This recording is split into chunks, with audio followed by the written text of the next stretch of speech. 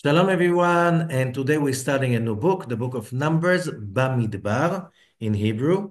So it's a book of BaMidbar, chapter 1, verse 1.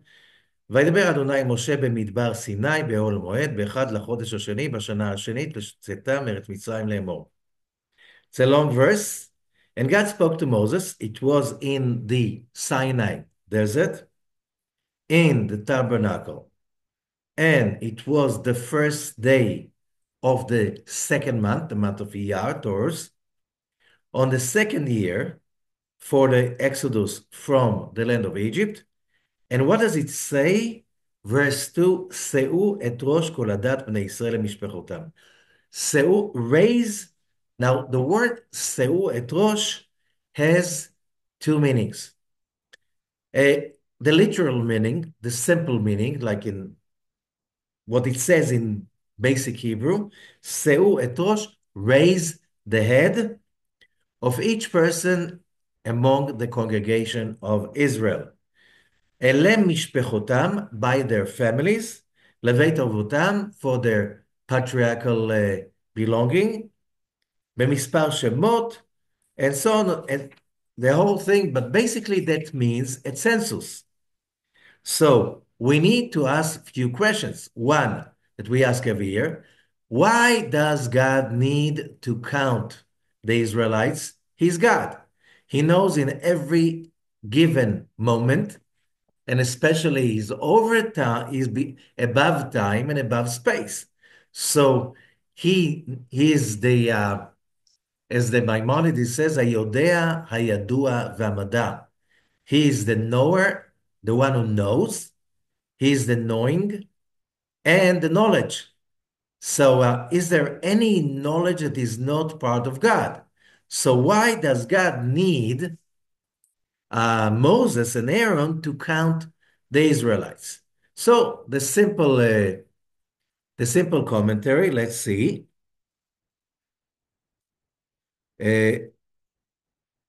Rashi. Rashi basically, Rabbi Shlomo Yitzchaki, 11th century in France, still the most popular and the most famous commentator of the Torah. He brings earlier midrashim, earlier sources, and he says basically, מתוך חיבתם לפניו מונה אותם כל שעה. Because he loves them so much, he counts them every hour. Because that kind of counting will repeat itself through the whole book of Numbers, and this is why it's called the book of Numbers. Now, your question is, what's in it for me? And we will see that this is really an answer, a very important answer for all of us, especially in our era that we live in such a chaotic era. And why is it so chaotic and painful, miserably painful? Because of what is raised in this parasha. We will learn from this parasha about the healing of today's, I may say the worst disease of our generation, that the other diseases, the other problems are basically outcomes, branches of the main problem that the book of BaMidbar, and especially Parashat BaMidbar, is basically raising or dealing with. So again, it says, mitoch, God loves them so much, so he counts them every hour.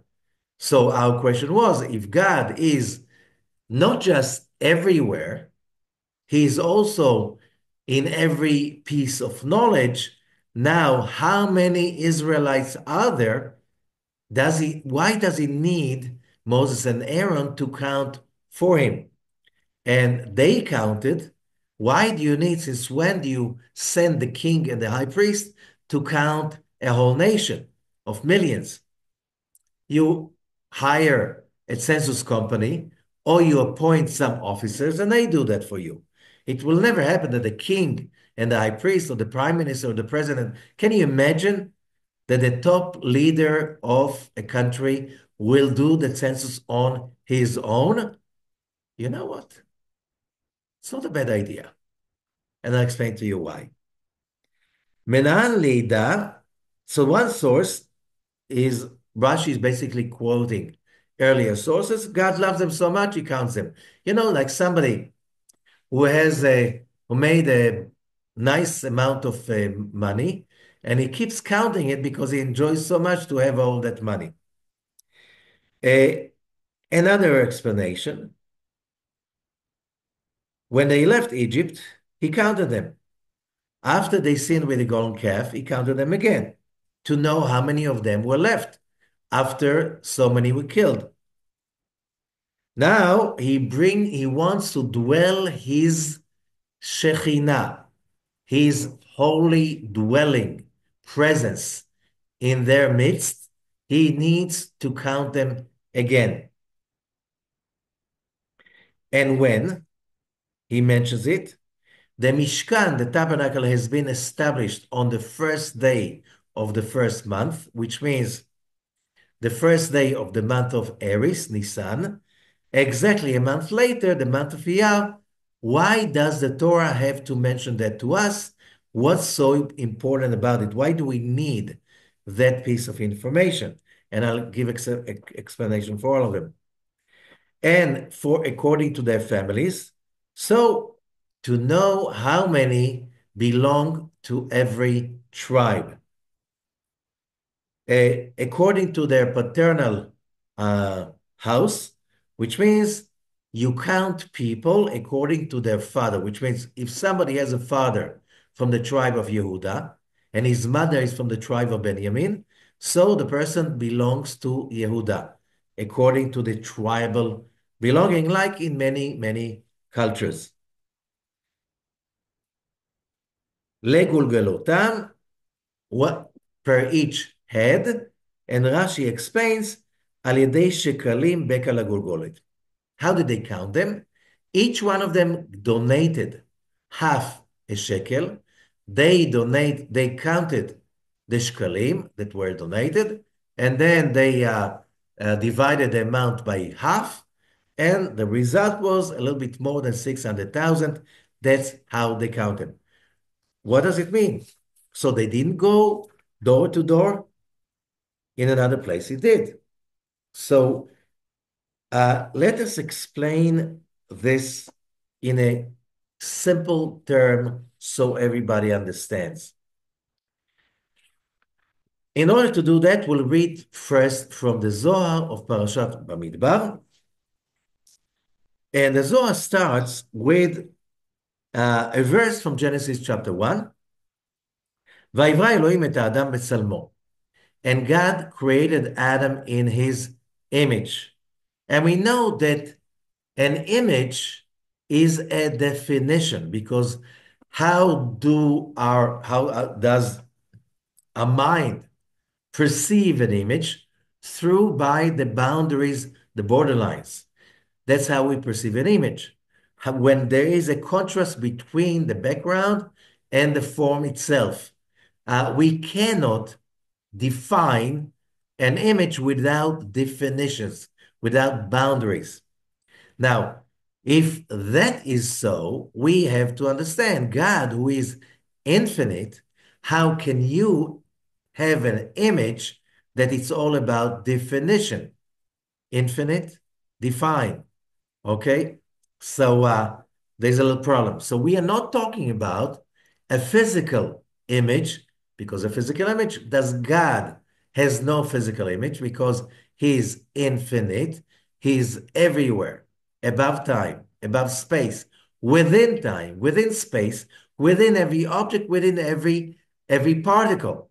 Without the force, the power of life of God, there's no particle in the universe that can be sustained, that can exist without the constant flow of the life force of God into every aspect of reality.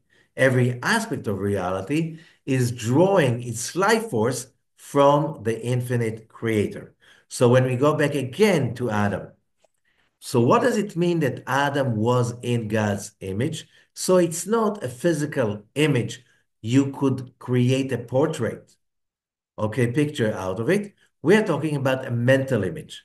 And we learn, every beginner class for Kabbalah, that when God created us, He created us so we could be the receivers, the recipients of His bliss, light, and pleasure. That's the purpose of the creation. The giver created us so we can receive what He wants to give.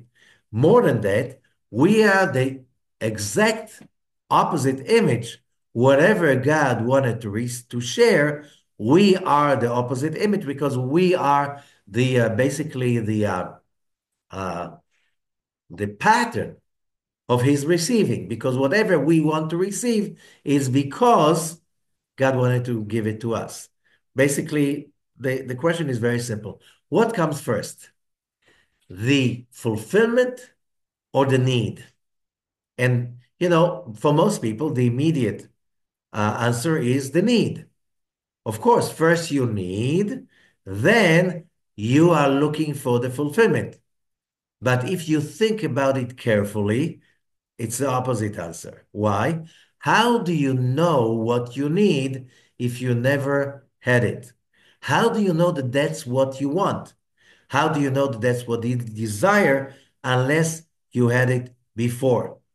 Think about it, contemplate about it, meditate about it, because the more you get it, the more you understand what Kabbalah is about. The wisdom of understanding how this universe functions by asking questions, first of all. So, what does it mean? First was God's giving. We were created as a template of the vessel for that giving, which means what comes first? God's giving. What comes next? Us as a template or on the impression of His giving. So, we were created in the image of God's giving. However, there is, and I repeat it many, many times because this is the most important concept you can understand. So we were created complete, fulfilled, just as the template of basically the recipient, the vessel for God's giving. Now, since God's giving is complete, He's infinite. So His giving is infinite.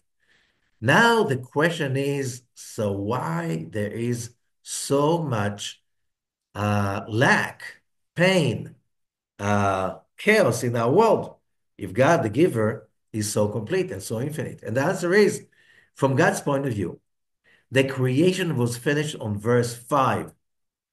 Verse 5 in Genesis. And there was a night, there was a day, one day. Not first, one. And when there's one, there's no other.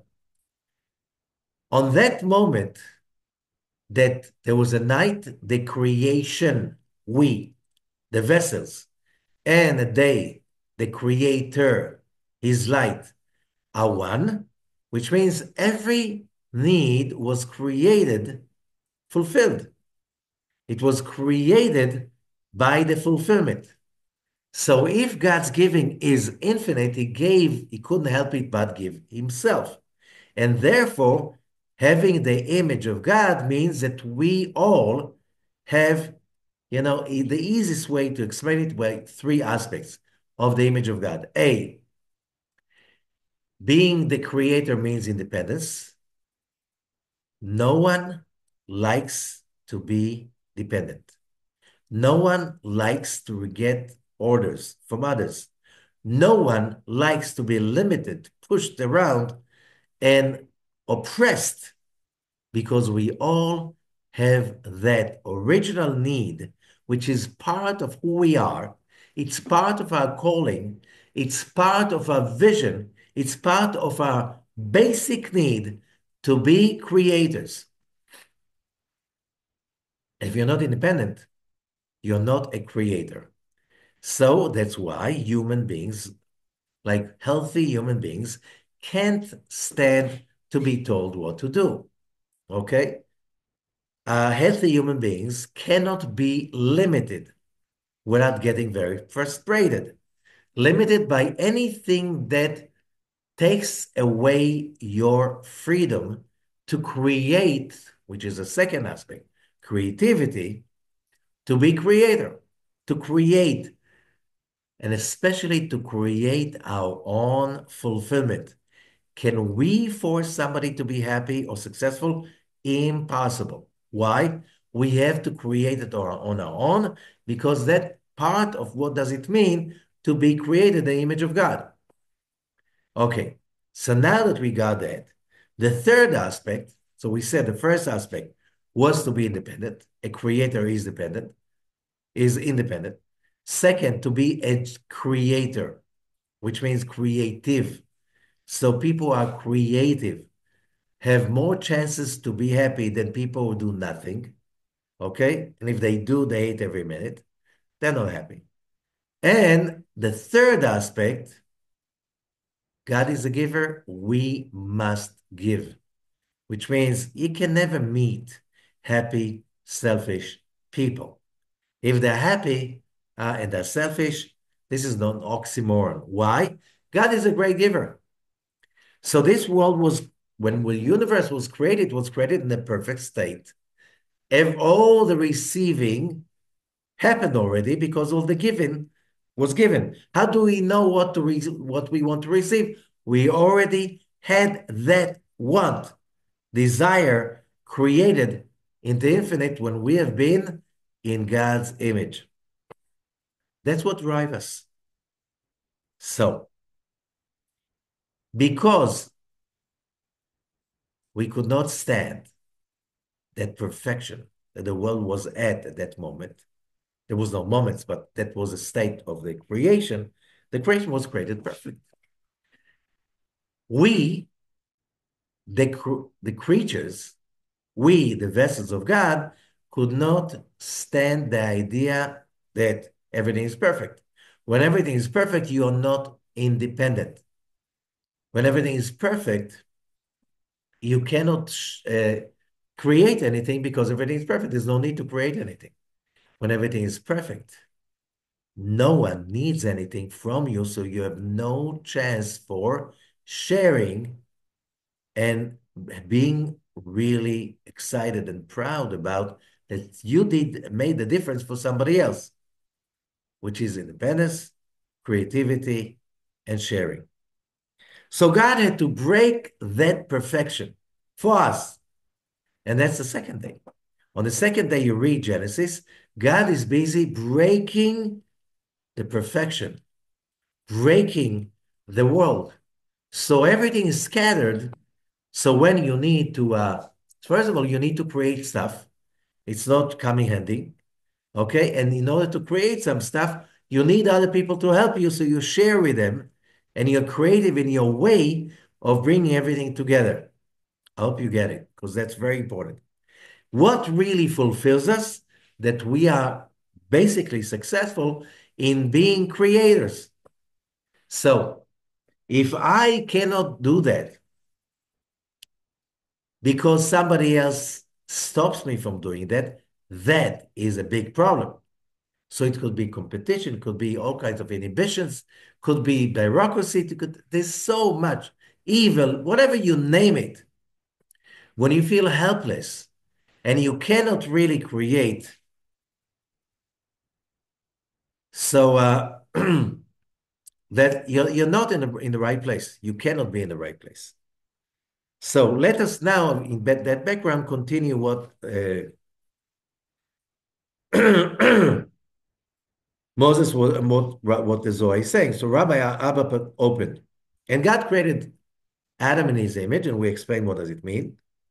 We already learned that verse, there are many explanations for that verse. However, come and see. בואו, בשעה שקדוש ברוך הוא ברא את האדם, עשה אותו בצורת העליונים ותחתונים. When God created Adam, he created him in the image of the upper worlds and the lower world. What it says that in many places that every human being is a mini cosmos. The whole universe is reflected in every human being's mental and physical state. Adam in the beginning was all included by all of them. והיה אור מאיר מסוף העולם עד סוף העולם, and his light was shining from one end to another in the world. הכל היו רעים מפניו. Everybody had awe of Adam. Verse 2. ואף על פי שהם ידעו, יש להסתכל במקרא, although we already had explanations for that, but we want to focus on our issue right now. Excuse me.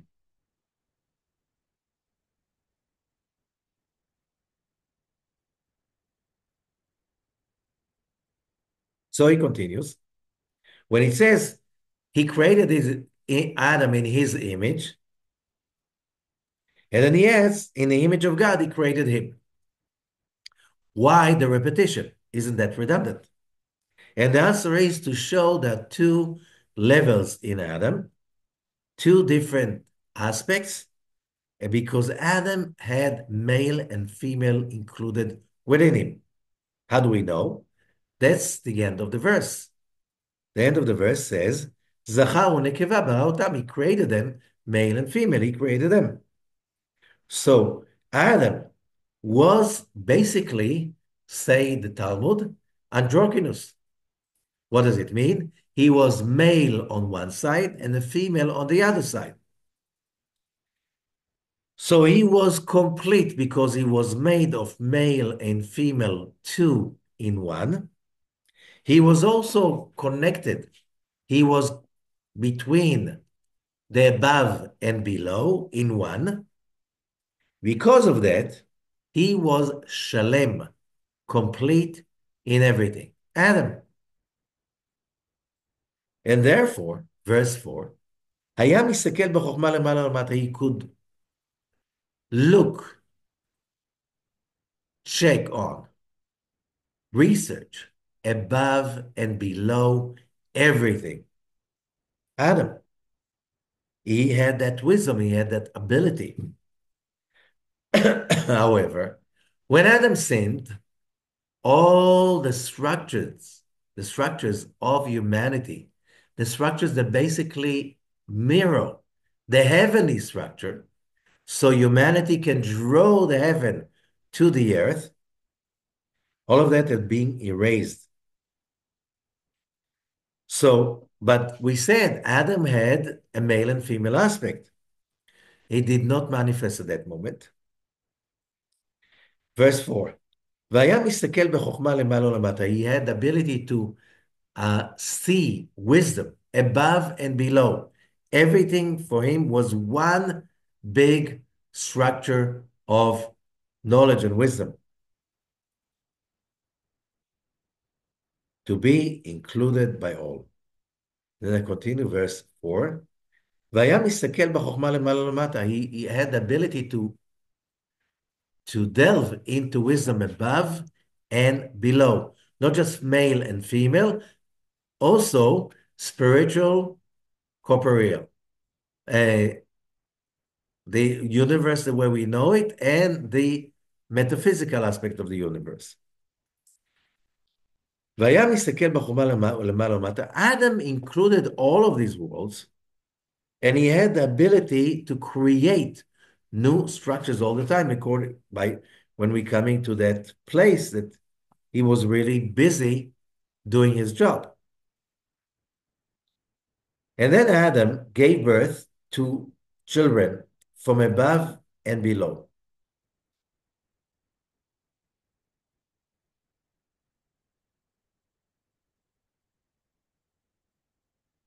And that was basically the general name of Cain and Abel. That Cain was from the lower worlds and Abel was from the upper worlds. And then they lived next to each other, and then they killed one of each other when Cain killed Abel. Finally, nothing was left of them, till finally he gave birth to a son, which is Seth. As it says, from him the world was planted and tried to grow again. Im kol ze. So still, Adam and Eve Cain and Abel, they can't stand each other. Cain kills his brother. So the world was not complete till came Abraham. When Abraham came, Abraham like held the world in its hand not to fall. What does it mean? So today, when we study Torah, when we study the Zohar, we're doing something that we cannot see mostly with our eyes. When we study, we change the reality around us. When we study Zohar, when we study in a spiritual context, when you do that, you don't just want to know what is the kosher way to slaughter a cow, okay? You want to know what does it mean to feel safe? How much money do I need in order to feel safe? Okay? So, but Cain and Abel did not get along with each other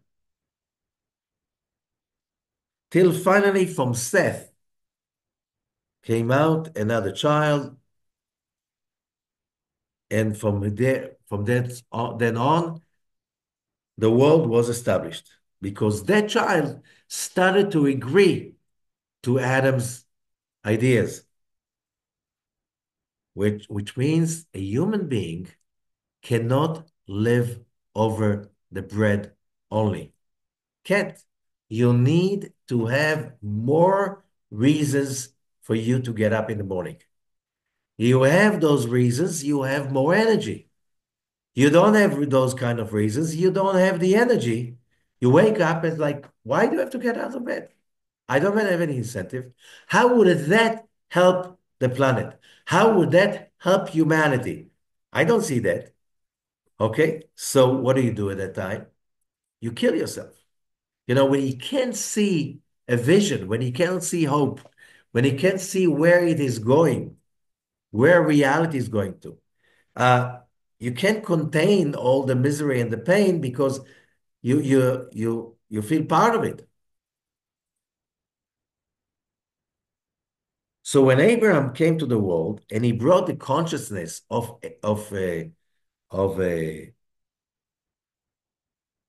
Ezra, which means I'm talking about the consciousness of giving, of being there, chesed, right column. But the world did not really stand. Why? Because we're standing on only one right leg. You're not safe because you're not balanced. Abram held the world in his right hand, like somebody holding another person's right hand and preventing him from sleeping, from falling. I'm sorry. Why? Because the world was not balanced. Then came Isaac. He balanced the world even more because he brought to the world the energy of Gevurah, judgment. Judgment is not always bad. Judgment means delay, and many times it's super good because when somebody insults us and we just throw the first thing that comes on our mind, that could be a big damage to whatever we do, whatever mission we have to achieve, to accomplish. However, if I can introduce some mercy, some chesed of Abraham, and some judgment, gevura, of Isaac, when I can stop the immediate response and ascend to the infinite, and from there to bring down happiness, joy. Why? Because I want to, because I decided to.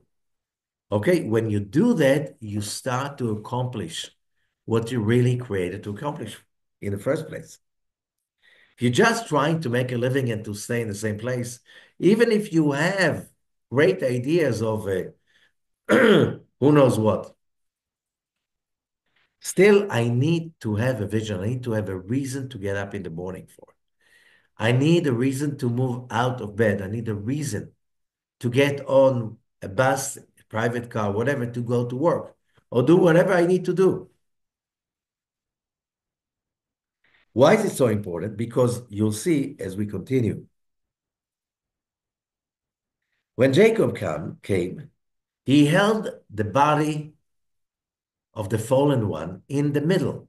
So Abraham is chesed, Yitzchak is gevurah, chesed is loving kindness, chesed on the left, that's judgment, and tiferet in the middle, that is the central column, which is mercy, balance. So again, only when I reach that balance, the journey begins, not before. You didn't install yet that machine that draws in the infinite love of the Creator towards us. That's how it works. And you have to awaken that light within yourself.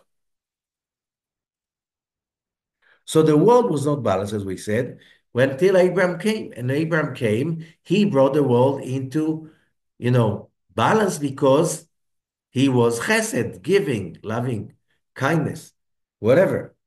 However, that did not last long. How long can you give unconditionally before you lose it? Not too long. So relative, some people can do more, some people less. Finally, you realize you made a terrible job. Because you just flooded everybody with your grace. For you, it felt creator, independence, creativity, spiritual, everything. Everybody will help you because you made the decision. The moment you're really authentic about it. Okay?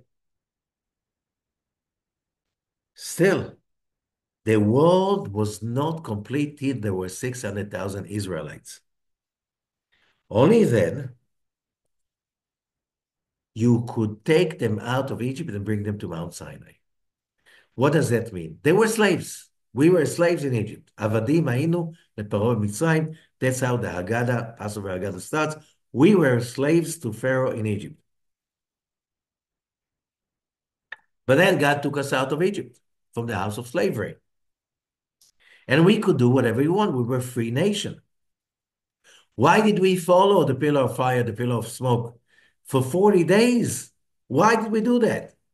So every once in a while, the Torah tells us that we gave up on it. It was too much for us. We decided only one little dish, whatever. Well, just we want to stay in the small frame.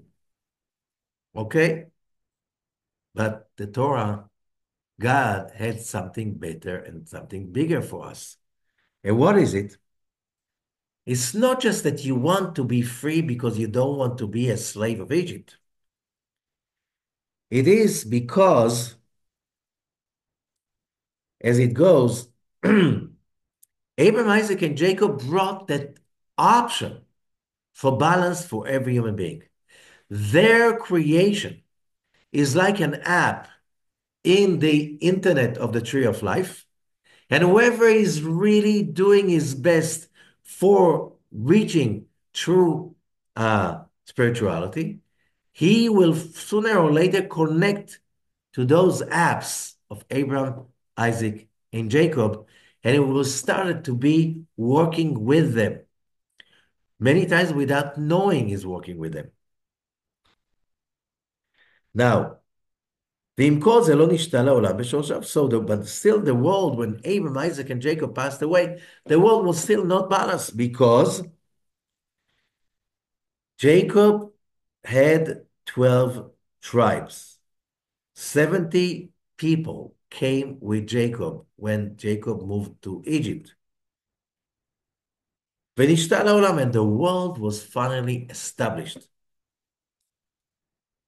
However, the world was not complete till the nation of Israel received the Torah on Mount Sinai, and the tabernacle has been built.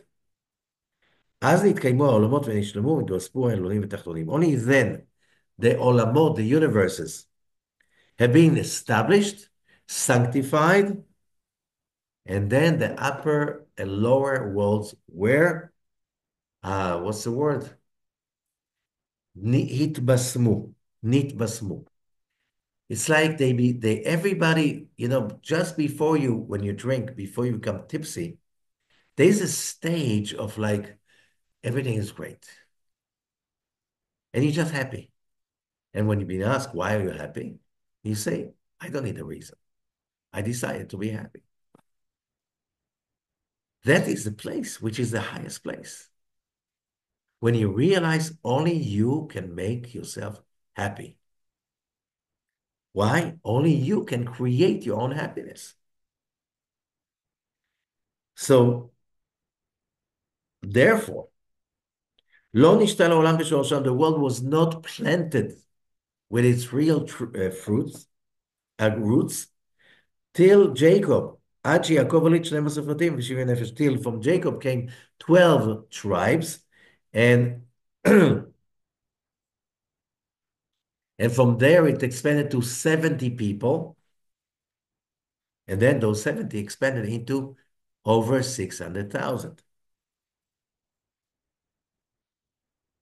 Now, when the Mishkan was established, the upper worlds and the lower worlds have been generated, and the upper worlds and the lower worlds were also fulfilled with all the light, the magical light of the upper worlds. Only then the upper worlds were able to survive. They were able to be established, to be completed.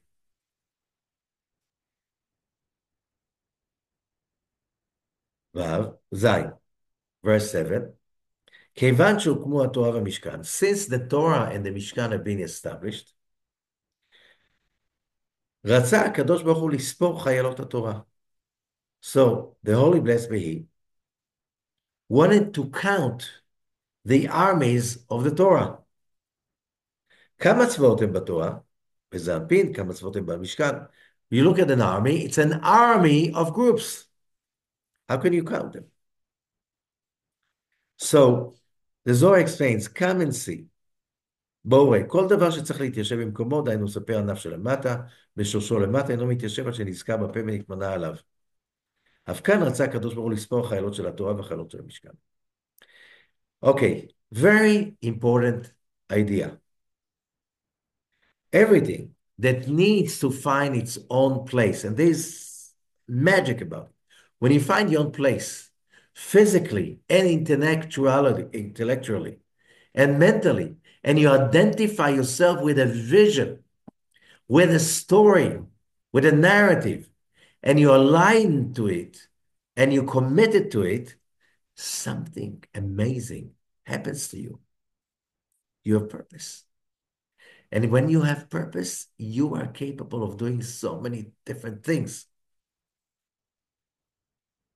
It's like you are really free to create everything on your own.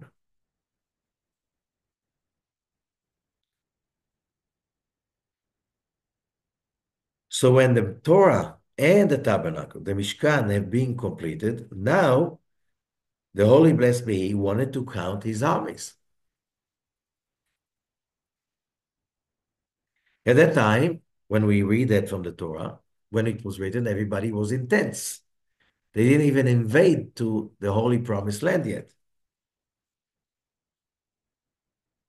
So, אף כאן רצה הקדוש ברוך הוא לספור חיילות של תורה. Even here, the Holy Blessed be He wanted to participate in the counting of of the nation of Israel. Why do we need to count them? Doesn't He know everything? And the answer, and listen carefully, the answer is as follows. כל דבר שצריך להתיישב במקומו, אינו מתיישב עד שנזכר בפה ונתמנה עליו. אף כאן רצה הקדוש ברוך הוא לספור החיילות של התורה והחיילות של המשכן. everything. When you give it a job, every person, if you do not establish it upon appointing by words or actions, if there's no appointment, there's no job. Which means the appointing moment is crucial for the success of any new worker. Why? Because the words are activating subconscious ideas, subconscious concepts. So there were two kinds of, what's the word, gains from a couple that is getting together. One of them,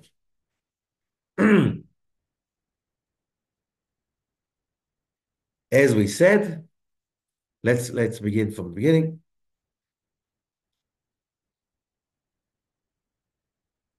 אף כאן רצה הקדוש ברוך הוא לספור חיילות של התורה. God wanted to count the armies of the Torah and the משכן, כדי לקשר את ישראל בשורשם למעלה שמזרבים מלכות. In order to connect the nation of Israel with the root above,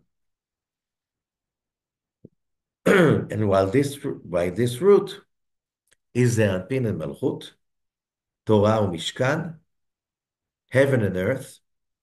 All of them are united, but not really one. So, how do they become one? You need to appoint each soldier in the army to their position in the big story.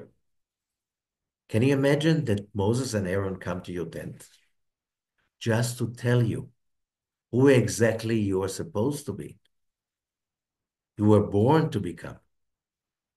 Isn't that empowering? Se'u et rosh bnei Israel. Raise the heads of the children of Israel. How do you raise somebody's head? When you tell him, I trust you, I love you, I care for you, and I know that I'm giving you right now certain job, and I'm sure that you have all the potential abilities to withstand in front of the job that I gave you. So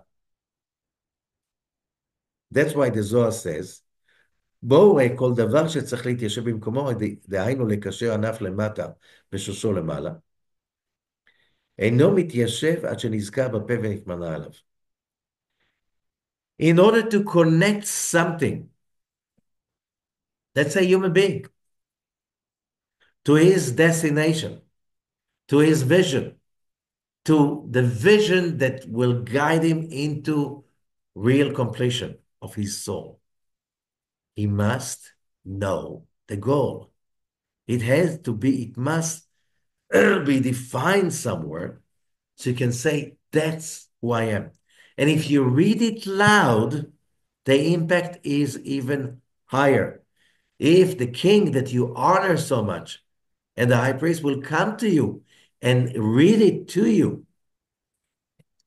that will be even more powerful.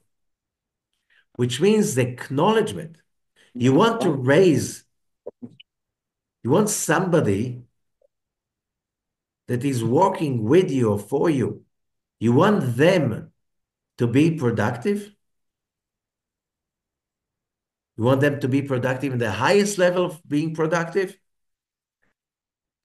Tell them how important they are. Tell them how great they are. Tell them, push them forward by saying how great they are going to be. That's how they raise their hands. What do you think? Moses went to every tent and did something to each one, raise their heads? No, by words, looking at, appointing. This is a whole thing about the appointment. Appointing somebody is raising them from nothing to something. You understand? What does it mean? It's so important. From nothing, which means you get up in the morning without any reason, without any goal, without any like, what should I do for humanity? Nothing, just, rest in peace. Rest in peace, you tell dead people. Okay?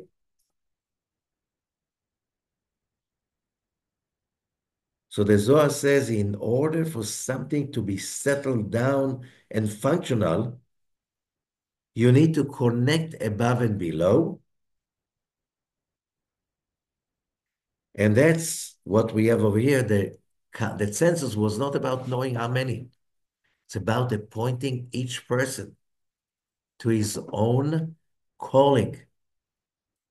That's why Moses and Aaron went from one day to another to do the counting. It was not counting. It was raising the head of the children of Israel. You know, you're very important. You know, you're very important. You know, you're so good at this and this and this. So you should work in this and this is because when you're focusing as a collective, as a whole nation on one mutual goal. What's a mutual goal? When the Israelites got out of Egypt, there was one goal, to spread the wisdom. The word mission was born at that moment. What is the mission? To share that idea that every human being needs to be independent and he needs to know where he's coming from, where he's going to. When he knows how to do that, that's a much better place. You have an incentive, you have a commitment, you have an excitement, you have a happy vision. You know your place. So you can, by knowing your place, it's very easy for you to learn how to reciprocate with other people working for the same project. What is the project over there? What's the mission over there? We got out of Egypt from slavery to freedom. Now our mission is you want to have it, you must enjoy sharing it with others. And by saying enjoy, because the key, the root for joy is when we are connected to that key, to that intersection, which you have to go through in order to reach the extra mile of how do I make the world better? So yeah, I'm part of a collective, a group of people that come from a very similar background, and now they had an appointment to reveal God's light in a certain direction. There's a problem. The mission is still there. How do I know? I look at the world around. I see too many people who are too much materialistic. That's not good. That is a reason for a lot of falling. So we have to understand when we said what we said previously, when it says that God wanted to count the Israelites, the verb in Hebrew is lispor. Lispor comes from the same root as sephirah, illumination. So when you read, and in Hebrew you don't write read, you write call. The word you use for reading is likro, which means to call. When you say I'm reading the book, I'm calling the book in. Yes, you don't feel like when you read a very fascinating book, it's like you sucking in something invisible from the book. Yeah, there's a spirit, there's something. However, that mission must be connected to the big mission. What the big mission of the Israelites? As they leave Egypt and they start to walk like an army. Why? We are God's army. What's our mission? To bring that idea of freedom to every human being. And later on, by the cycle system, another cycle and another cycle, another cycle, till every person on earth is exposed to that idea. Now, if you want to sell an idea like this, you have to simplify it. That's why we study the simple aspect of Kabbalah. Because if you want to go directly to quantum mechanics, it's like Most people won't understand anything. It's like you didn't say anything. Why do you have to do it? We have a mission. The mission is to show the way. How do you show the way for other people? You can preach to them. When you preach, it means you're not really doing it, but you ask others to do that. That's preaching, right? People don't like to be preached to. They don't like. Most people, healthy people, don't like to be preached to. Why? I don't want to have somebody else to tell me what to do. I want to connect to the source. That's why the daily prayers and meditations are the most powerful way that we use in order to create the all to the image that God has about us, which means our real, authentic purpose in life. If you compare two people walking down the street, one is very talented, but he has no idea what is he supposed to do with his life. He has no idea. Maybe his meant to be position was not created yet because the technology was not available yet. Let's say 3 months ago. Could be that 3 months ago there was no technology. Today there is a technology. And when we say lispo, we mean another word also. The word for counting in Hebrew is lispo. Sofer means in Hebrew counting. The same time sofer means a scribe, somebody who counts holy texts.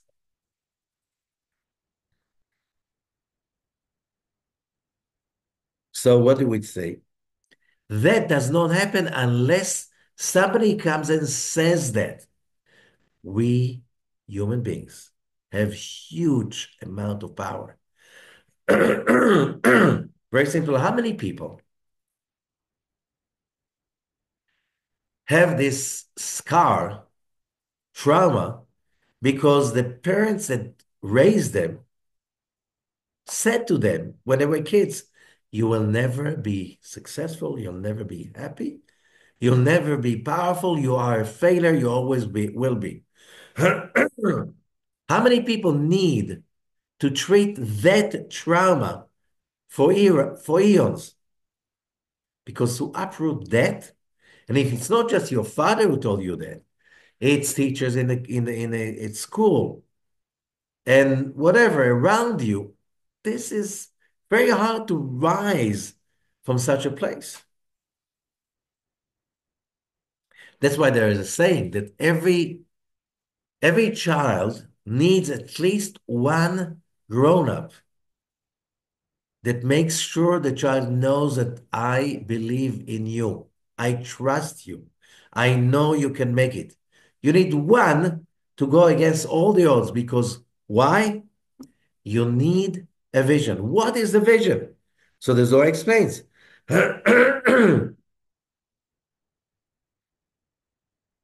When we are talking about the Israelites camping around the tabernacle and the Levites in an inner circle around the tabernacle, you basically have, first time from the sin of Adam, an army that has one and only mission to bring that wisdom, that knowledge to all of humanity.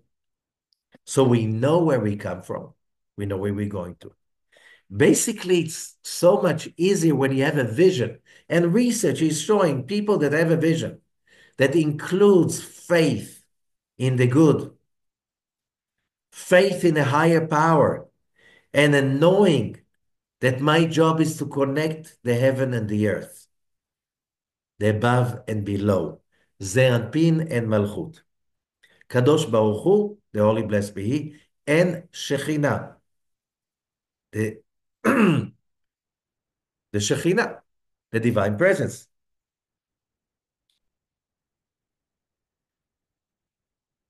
And when was it? That happened on the first day of Iyar, and the Zohar says on verse 9, אחד לחודש השני בשנה השנית, גבורה והרת החומה שבשמאל. Iyar, the month of Iyar, we just at the end of this month, okay? This week we're starting Sivan, Gemini, but usually we read Parashat BaMidbar just the last few days of Iyar, like this week. So we can still use that idea of Iyar. What is the idea of Iyar? Because Iyar is Gvura of Gvura, like when we take the the seasons. Why do we have four seasons? Four seasons because there are a lot of four in physics. Four basic forces that there's no physics without it. The gravity, the electrical power, electromagnetic power, the strong atomic force, and the weak atomic force. They are acting in every part of the universe. They were all one in the original point the universe was created from.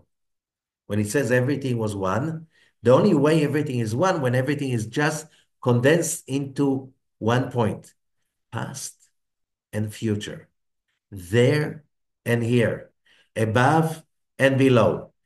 Science, for the last century, is talking about the Big Bang Theory. What does it mean? The whole universe was condensed in one point, and then it blew up.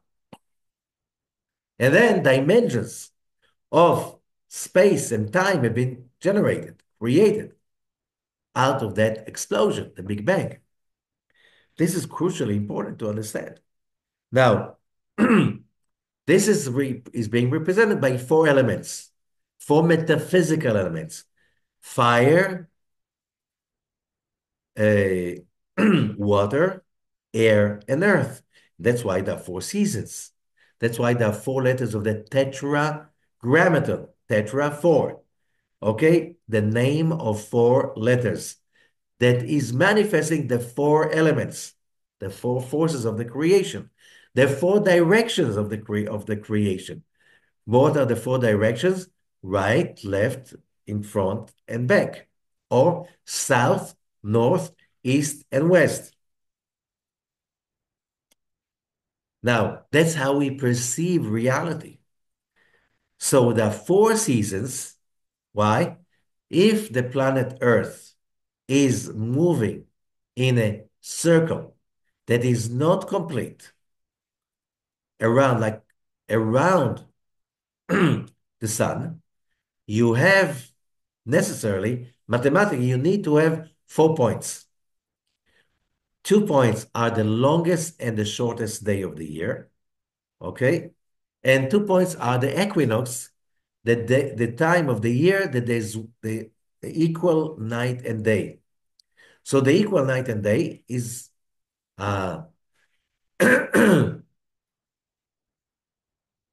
March 21st and September 21st. And we have the day of the longest night, December 21st, and the shortest night, longest day, which is June 21st. So, and you have 3 months in between them. That is the definition in the Hebrew calendar of the four seasons. This is from the solar point of view, because the solar point of view dictates the seasons. So we count the seasons according to the solar system, to the sun. We count the months according to the moon. That's why we have luni-solar calendar, moon-sun calendar. That's a Hebrew calendar. By the way, the Indian calendar and the Chinese and the Japanese and the Burmese and the Thai and the Korean, all of them, basically we can say maybe majority of humanity is using luni-solar calendars. They don't, most people that I spoke that are coming from the Far East, they're not aware of it too much.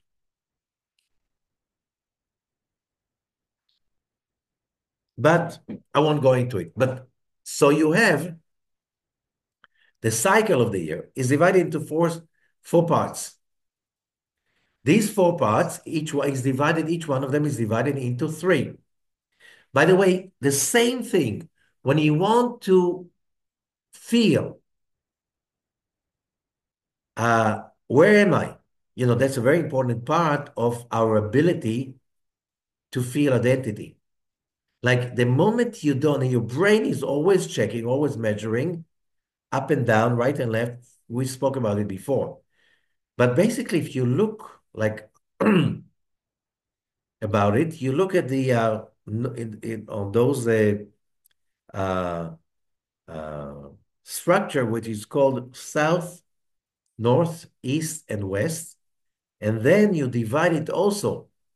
The south is divided to southeast, south-south, and southwest. And the same way, each one of them is divided. So you have division of 12. And that's the 12 signs of the zodiac. Each one of them is another aspect of our identity. That can be represented in astrology, for instance, which is not about telling the future. It's about identity.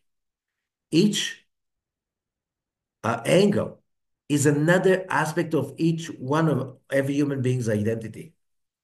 So when the Israelites are camping in the desert, when you have three tribes for the south, as we said, one to the southeast, one to the south, and one to the southwest. Okay, three. And similarly, each side, they represent every aspect of a human identity. You do not have a journey without that being covered. So, what does it mean that raise the heads of the children of Israel? When each one gave half a shekel, we spoke about it in Parashat Kitisa. He was also being blessed because when you give, you are blessed. But he was also raised because he was giving his job. I don't know how they did it, Moses and Aaron, but they gave each person some job of like, this is your position. Like every soldier in the army must know precisely what's his job. You cannot encroach into somebody else's job. However, you need to cover up for your partner in case he's hurt. You need to know his job in order to cover up for him. If you understand what I'm saying, what we are talking about is revelation. What's the highest level of revelation? The Zohar is saying Adam was created as a complete being. Adam was made of all souls of humanity. Each one of us knew exactly his position in Adam. Adam's sin destroyed that harmony, destroyed that super structured body was called Adam. Now, as humanity, we need to rebuild it. As long as we don't understand that, we experience chaos. In order to be able to suffer for this chaos around the world, we need to have a unique identity. Same way, the cells in our body, the moment they lose their unique identity and they multiply as cells without any identity, you call that cancer, which is a terrible disease because those cells who lose their identity, they lose their special functioning. They don't have any more the burden or the merit of knowing who am I And what is my job in the midst of this super sophisticated structure, which is called the human body? That misery, which is called a cancerous cell, starts basically to kill his source, his body. Remember, whenever cancer kills a human being, he also killed himself. Because the moment those miserable cells finally destroy their host body, it's not a host, they are not parasites. They're part of the body. Their DNA is the same DNA of the human being. They multiply inside. They don't see that. They don't feel anymore that they belong. That's why they multiply. They eat and drink till they die. How, they don't die. They kill the body, which they're part of. And when the body dies, the cancer dies too. Today, when you have a very, very strong movement in humanity, which is meant especially on destroying identity, functionality goes with identity. I am unique, therefore I am different. In order to be connected to my identity, I need to have the same way as the brain is structured. I need to know where is right and where is left, where is forward and where is backwards, where is up, where is down.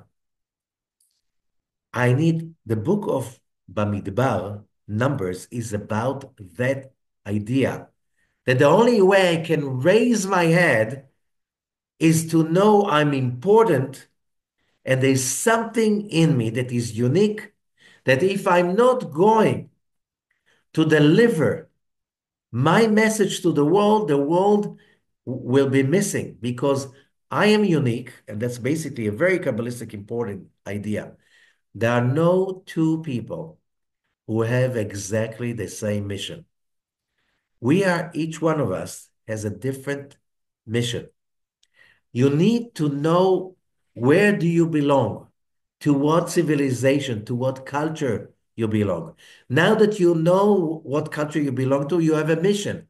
How do you elevate that culture to the utmost perfect functionality?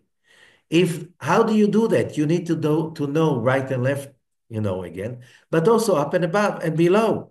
You need to know how your civilization, your culture, your mission, your purpose is also connected the spiritual and the physical, the soul and the body.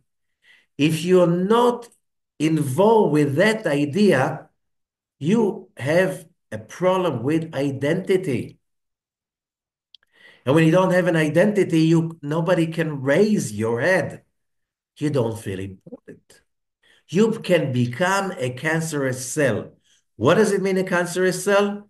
You are part of a society and you start to live off the society you destroy society without taking any responsibility for your job or mission in that society. So the Israelite nation in Parashat BaMidbar is a microcosmos of how humanity should function. We said that in the beginning, when the world began, the world was not standing straight till there were Abraham, Isaac, and Jacob, right? Left, and center, which means you need to know that inside you, there is a giving and there is a receiving. There is unconditional love and there's also judgment, putting boundaries. And you have always, every day, to reinvent the synthesis between the two forces. That's why you got up in the morning, by the way. But in what realm do I do it? In what context do I do it? And then it says, Jacob brought to the world 12 sons. If you look at reality, south and west, again, like when you look at the drawing of the map and you have the directions, 12. Okay, that's about know who you are. But that's not the end. Then it became 70 people went down to Egypt, 70 nations of the world. You have to know your position. When you identify with that, then you know what is your contribution. You know what is your covenant. You know what is your mission. And you have to understand, without a mission, without an identity, without a calling, you don't need to know that mission just when you wake up in the morning the first time in your life. Not even when we are 12 or 13, but you have to get into that journey. I have a mission. I'm here to make a difference. I'm here to reveal light that my soul is capable to reveal. No one can do that for me. No one can do it instead of me. My light is going to make a difference because all of humanity needs my light, and I don't need to be anybody else. Do you know why? When somebody non-Jewish coming to the rabbi and says, I want to convert to Judaism, the rabbi always says, no. What's wrong with the way God created you? If you're going to become Jewish, who's going to do your job? Who's going to do that? Like, why do you want to do something that you're not? You're not. There's nothing wrong of you being born not Jewish because every nation, today it's a big headache. The nations are getting mixed every few generations again and again. But you have to find your place. You find your calling in your society, in your culture, in your community. You have to identify about what is my mission. That's what the book of BaMidbar is about. It's not about counting.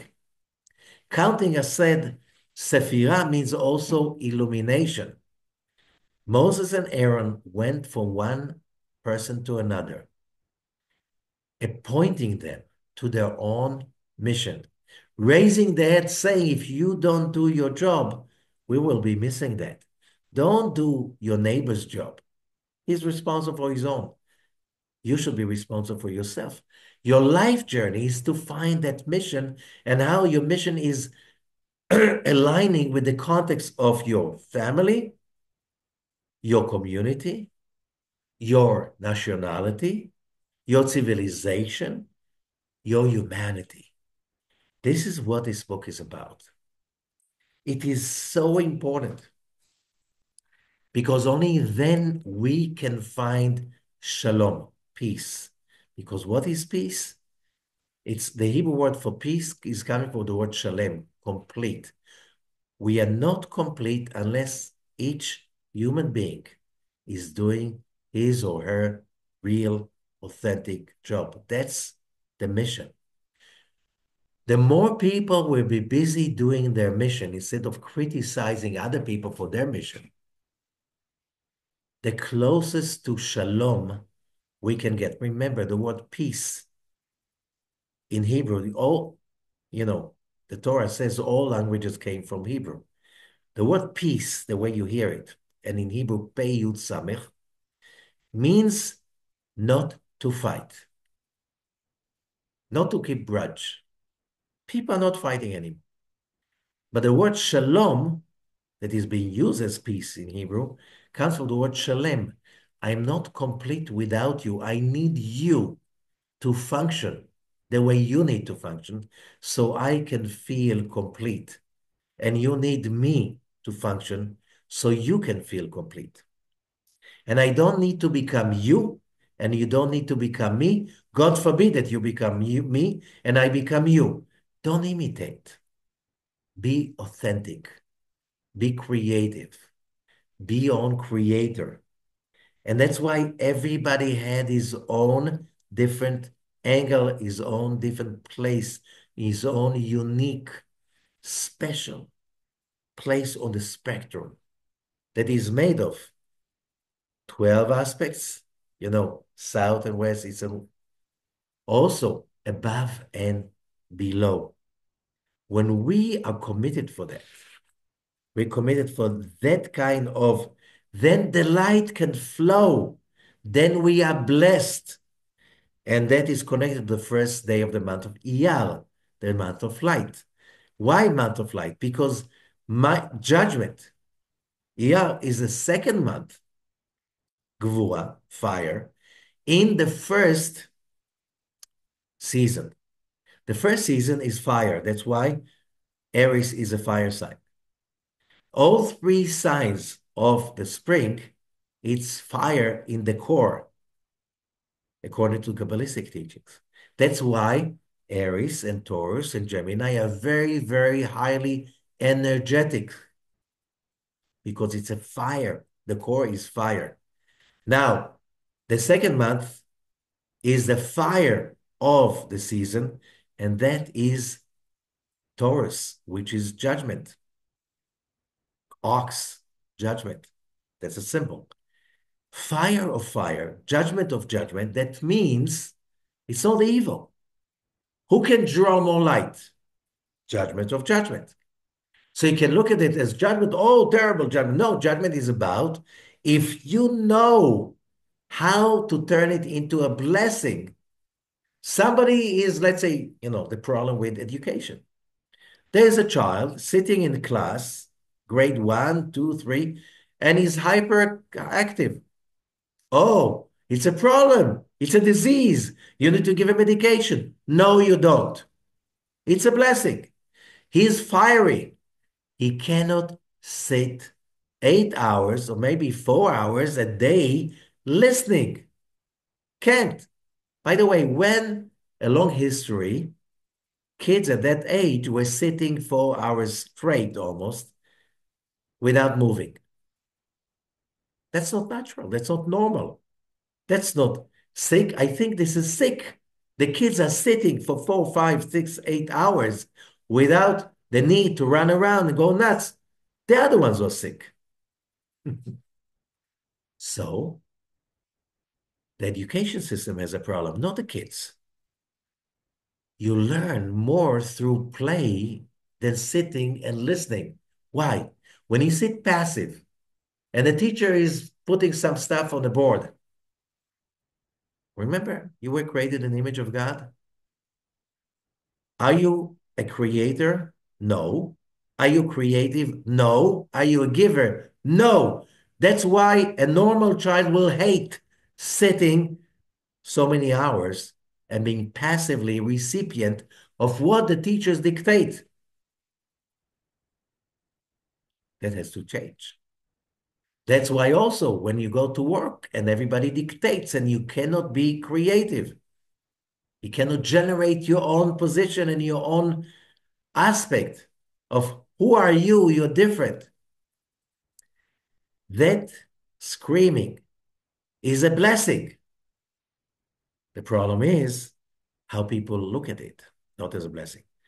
So the next few parashot in the book of Numbers, BaMidbar, we will repeat that concept of the uniqueness of every human being and the need to raise their head by realizing you're unique, you're different, and how do you bring the message and the mission of God's word into the world by the way you function in your society, in your community, in your business, the way you're making money, the way you generate and raise a family, all of it. There's a mission. The study of the Torah is to help you find your mission, your calling, and the light frequency you should generate so people can look at you and say, I'm inspired. I see you and I'm being inspired to look for my own work as a person. And here we're talking about how the whole nation of Israel were taught to be an inspiration for humanity. We're not always doing the right job, but humanity is inspired. How do we know? The world is following the 5 books of Moses. Wanting or not wanting, kicking and screaming, yes, but slowly, slowly, that message of Mount Sinai is coming down.